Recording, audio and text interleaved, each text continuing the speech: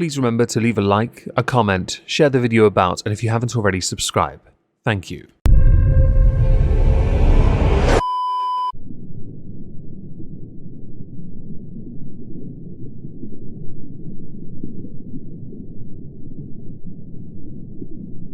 Well, isn't this just fantastic? Captain's Log, Subdates 231110.1. Committing to 200 episodes of anything can be regarded as an accomplishment, even if that accomplishment has been flagging for some time. To celebrate, though, the NPC crew have been granted permission to fist Bork's urethra, as it's one of the last orifices that he has that will hurt. Welcome everyone to the 200th This Week at X. Because it's not Twitter anymore, and I feel like I'm besmirching it just saying. I know, peak excitement folks, peak excitement to a series that has been dying for years. Thank you to everyone that keeps watching these, I do appreciate it. The fact we even got to 200 surprises me a little. I'd originally given this idea to somebody else, and it was an idea I got from a YouTuber back in 2015 called Reels Before Feels. He is no longer on YouTube, and I essentially stole his idea several years later. So to those who think I stole it off Bo Blacks, you're wrong. Let us start by talking about the fact that on Twitter you can be monetized, which is really cool. You get a share of the ad revenue, how exciting. However, Twitter also have a system in place that will get you demonetized. For example, Jake Shields here, be critical of Israel and lose your ad revenue. This certainly won't stop me from tweeting about the ongoing Israeli and then genocide. That's what it says, geno. That's what the word is. Included is an image that says, your account is paused and requires changes to participate in X ads. I've never seen these before, by the way. I'm not monetized on X. Obviously not. I get like maybe 100 views on a tweet. Okay, I am not a big name on Twitter. I'm still struggling to get 10k followers, alright? And get like 5 likes on a tweet. This was retweeted by The Quartering, demonetizing entire accounts. I generally do not support demonetizing anyone at any time. But I know for a fact every platform is, whether they want to admit it or not, beholden to their advertisers. Which means we, the creators that make money on platforms, like I make a little stipend on YouTube, are beholden to those advertisers. It's why I have to be very careful, which is fine because for the most part my content goes under the radar and I only really make any attention or buzz during December. Keep your eyes peeled, by the way, there's a lot of content coming in December. Most of it's already uploaded. How exciting! Because of the power play in place,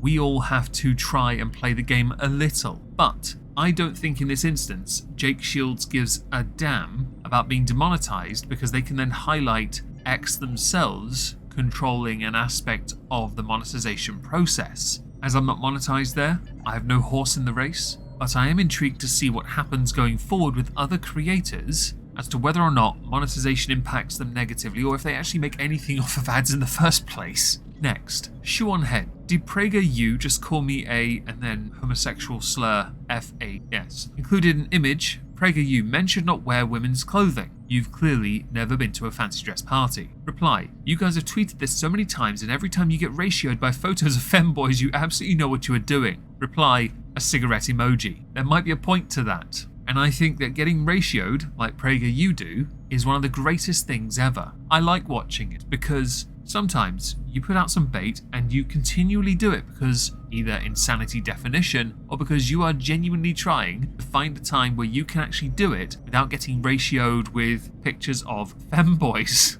In the context of what they have tweeted back to Shoe on Head, you can argue yes is the correct answer. They are in fact calling her a cigarette, or another word for a cigarette that I hear many people in the UK still say when they go to have a cigarette. Next, bearing. The doctor is female. No doctor would ever publish this and go out in public again. A retweet of news.com.au. A young doctor has claimed oral sex is a greater risk factor than smoking in the development of throat cancer. For the sake of it, the context is a 6-second lip-synced TikTok, and they have written an entire article on this. When people responded in the TikTok in question, the doctor provided further context. So when one asks, are you saying oral sex is proven to be the #1 cause of throat cancer? Reply, I said what I said. To be honest, they didn't really say anything at all. It was all lip sync. The American Cancer Society does cite oral sex as one of the potential causes of throat cancer, given that HPV can be transmitted during the act, which is one of the most common sexually transmitted infections. It is so prevalent that according to the CDC, nearly all sexually active men and women get the virus at some point in their lives.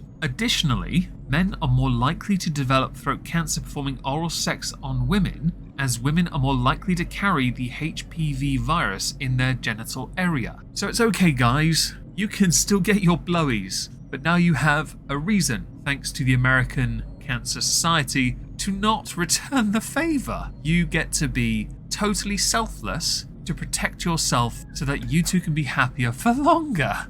Yep. Earlier in the week, Steven Crowder had been the person to break a story on a manifesto concerning an incident and individual in Nashville. In doing so, a light was shined onto the mainstream media, scrutiny that they are used to but they often fob off, because you find politically motivated reasons as to why things get suppressed. For example, the Daily Wire, the Nashville Pew Pew person decried crackers and white privilege in their manifesto. This was retweeted by Jeremy Boring. Crowder is a dishonest, spiteful, narcissistic scumbag who even in his victories can't help but portray most everyone else doing good work in our space, including those who have sued for the release of this manifesto like the TN Star, as somehow not sufficiently pure or dedicated or conservative. His no true Scotsman shtick is offensive and tired, but credit where it is due, he landed a huge and important scoop here. Way to sound magnanimous in victory, I guess. That's what this is, right? To be honest, him breaking the story was quite impressive, I felt, and how this has been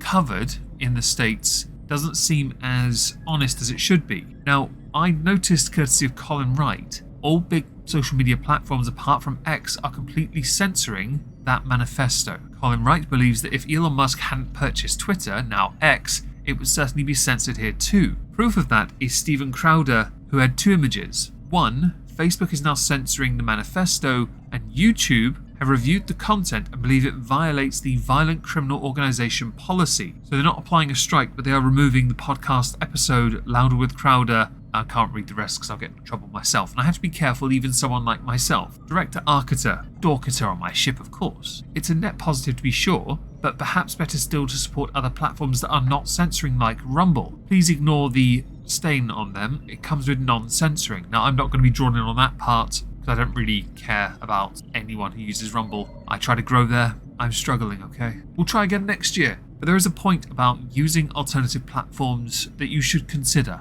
I do upload to Rumble. I did upload exclusive content there, in fact, but we couldn't hit 1,000 followers. We're struggling, all right? However, you should also seek to lean on your own platform that enforces these rules of censorship, because to be honest, the information that was broken by Crowder is vitally important because it showed something that needed to be addressed, a toxicity that has to be called out. With that in mind, let's go to a video where a lady yells white trash as she wrecks and destroys a Walmart, retweeted by your boy Pat, who said, "Isn't this the Walmart is racist bish who got caught shoplifting?" Now, I don't know if that's true or not, but the video did tickle.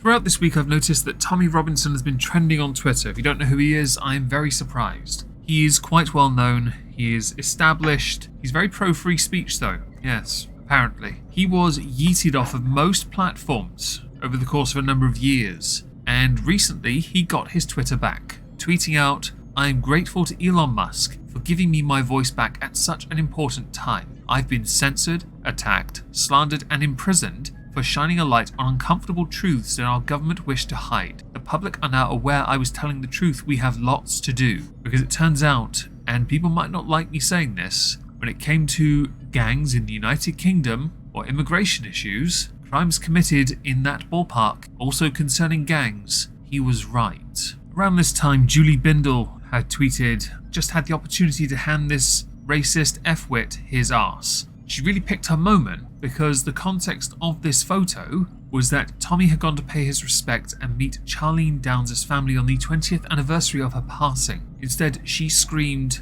racist at him and accused him of beating up women. Tommy himself had retweeted Urban Scoop, who had the 5-minute 11 clip of this incident happening, where she handed him his backside, by saying people like Julie Bindel have been able to lie about me using their platforms without my ability to challenge their lives. Watch this video to see her hand my that. The annoying thing here is, she could argue many subjects and probably win in a debate if she wasn't so loaded with tunnel vision. She rewrites history to make an argument, and she believes that journalists were the ones that exposed gangs that used GROOMING. Yes, but the thing is, journalists didn't do anything, nor did the police for that matter. None of them did because they were afraid of being accused of being racist or Islamophobic. Words now that get thrown about as casually as someone popping a Skittle. To something light-hearted, I saw this. It's an ad, alright? What cracked me up was that underneath, readers added context. The site has a relatively low Scam Advisor trust score.